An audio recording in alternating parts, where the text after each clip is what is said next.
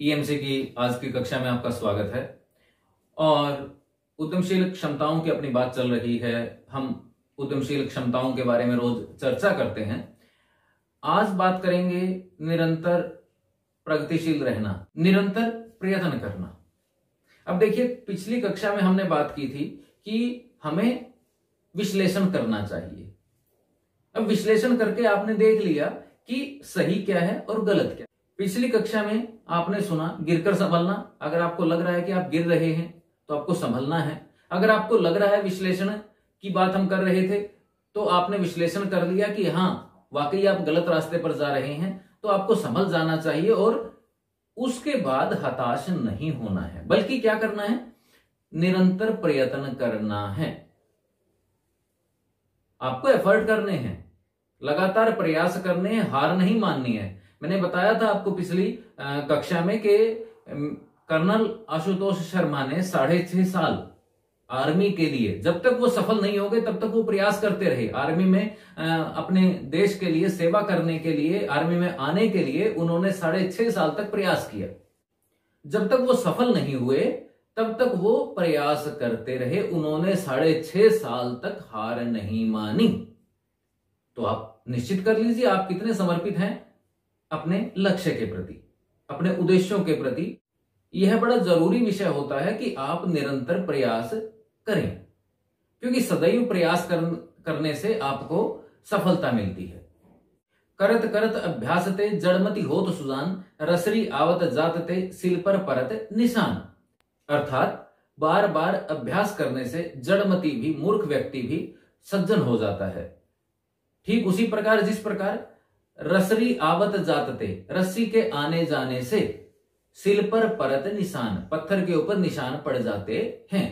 तो इसका सीधा सा मतलब क्या है हमारे संदर्भ में, कि अगर आपको असफलता मिल रही है, आपको नहीं लग रहा कि आप सफल हो रहे हैं, तो आप अभ्यास कीजिए, आप निरंतर अपने कार्य में लगे रहिए। एक ना एक दिन आपको सफलता अवश्य मिलेगी। पत्थर के ऊपर भी निशान पड़ेगा। जो विषय आपको समझ में नहीं आ रहा है, आपको लगता है मैं अंग्रेजी में सफल नहीं हो सकता, मुझे मैथ्स नहीं आता और साइंस तो मुझे बिल्कुल समझ में नहीं आती है, तो ऐसा नहीं है। आप प्रयास कीजिए, समझ में आएगी।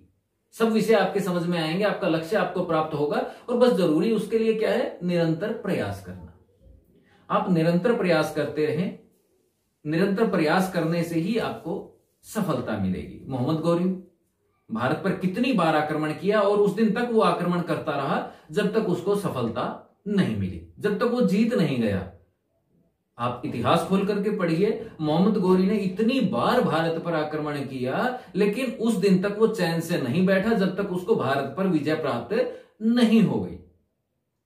या उस मकड़ी को देखिए जो जाला बनाने का काम कर रही है, पर वो बार बार ऊपर से छत से नीचे गिर जाती है, लेकिन वो तब तक लगी रहती है जब तक वो अपने काम में सफल नहीं होती। या फिर आपको चींटी को देख लीजिए, चींटी कुछ पदार्थ उठा करके, चींटी कोई पदार्थ उठा करके अपने लिए ले जाना चाहती है, वह उससे उठ नहीं रहा है, पर वह निरंतर प्रयास करती है और अंत में सफल हो जाती है। तो आज की कक्षा में भी बस इतना ही मकसद है कि आप अभ्यास करें, निरंतर प्रयास करें, तो सफलता जरूर मिलेगी। निरंतर प्रयास करना चाहिए, प्रयत्न करने चाहिए।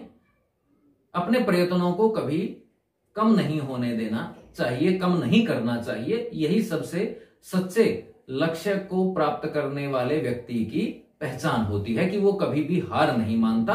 और मन के हारे हार है, मन के जीते जीत। तो ये तो थी आज की बात, निरंतर प्रयत्न करना। और अब आपकी गतिविधि की बारी है।